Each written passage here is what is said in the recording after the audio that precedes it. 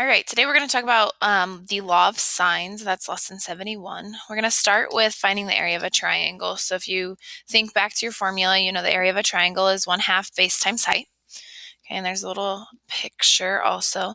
We're going to look at triangles though where the height is not known. We're still going to be able to find the area because we're just going to solve for our height. So if you look at this triangle, if you take angle A and find the sine of A. Remember, sine is opposite over hypotenuse. So sine of A would be opposite, which is H, over hypotenuse, which is C. So we can find that sine of A. We can write an equation for it. Sine of A equals hypotenuse, or excuse me, H over C, opposite over hypotenuse. And then we're going to go ahead and solve for that little h by multiplying by C. So our height in this triangle up here would be C times sine of A. Now, if you look at it,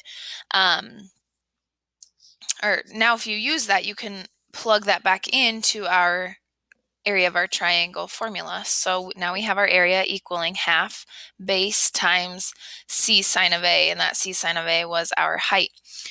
If we look at our triangle and this formula, to save us time so that we don't have to draw in this height every single time and solve for our height, if we look at our angle A, we are going to use both sides B and side C. Well, that is the two sides that create angle A. So here's a little note. In order to find your area without your height, you have to know two sides and the included angle. And just like I said, we have two sides, B and C, and we also have the included angle. And that's what you take and multiply by each other. So you're always going to take 1/2 and then take one side that you know times the other side that you know, and then multiply by the sine of the included angle. So we'll get an actual example here. We have to find the area of this triangle. So we have two sides known and we have the included angle. We don't know the height, but because we know these three pieces of information, we can use that formula we just created. So we're going to take 1/2 one side times the other side times the sine of that included angle. When you multiply all of those together, you get that our area is about 598.16 square units. Okay, that leads us right into the law of sines. So based off of that area formula, we have the law of sines, which we use the law of sines to find any missing side or any missing angle. Just a quick reminder, all of our angles are labeled with capital letters, and then the corresponding side is always across from the triangle and then labeled with a lowercase letter. So angle A across the triangle is little a. Angle B across the triangle is little b. Angle C across the triangle is little c. So our law of sines, we're going to take each of our angles, the sine of each of our angles, divided by the corresponding side. This is just a proportion. So for all three sides and angles, we can set up this proportion, and that will help us to find missing side lengths. So we're going to use the law of sines to solve for side length B.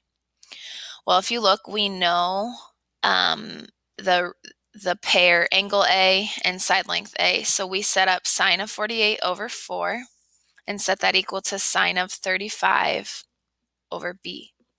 This is just a proportion then that we can cross multiply and divide. So you're going to take 4 times sine of 35 divided by that sine of 48. And when you do that, you get B is roughly 3.1. Okay, this next example, our directions are to solve for triangle MNP. When you get the directions to solve, that just means you have to find every single missing angle and every single missing side length. So the easiest thing to solve for first would be angle N, because you recall triangles have 180 degrees. So you can take 180 minus our two angles and you get the angle N is 41 degrees. And now we can take that given ratio and set that equal to an unknown ratio. So now we know that angle N is 41 and side length N is 14. So we have sine of 41 over 14.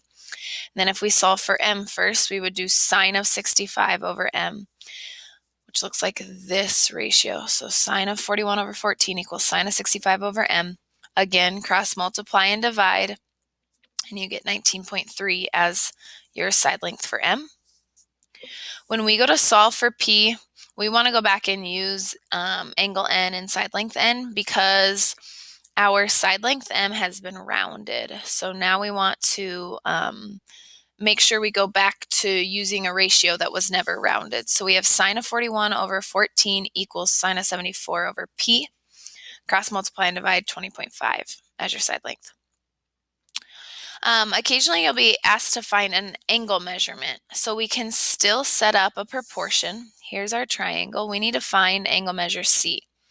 We still are given an angle side pair. So we have sine of 55 over 16 equals sine of C over 7, which looks like that ratio. We're still going to cross multiply and divide, but when we cross multiply and divide, we're going to get the sine of C equals 0.358. And remember, we're looking for an angle, and that is not an angle measurement. So this is where we have to use our inverse sign. We're solving for an angle, and anytime you're solving for an angle, you have to use that inverse. So we're using inverse sign of this decimal, and you get roughly 21 degrees.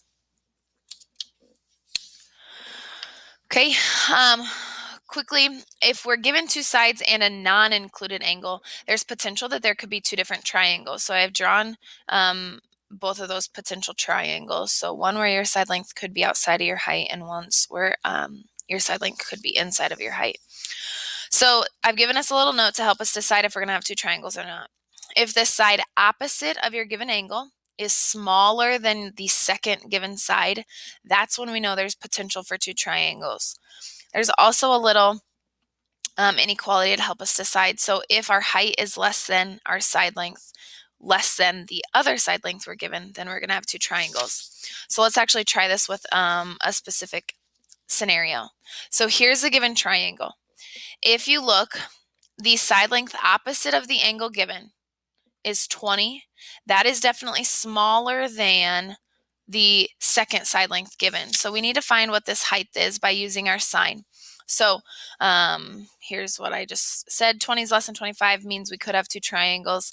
Let's find the sine of 14, which will help us solve for our height. So sine of 14 is opposite over hypotenuse.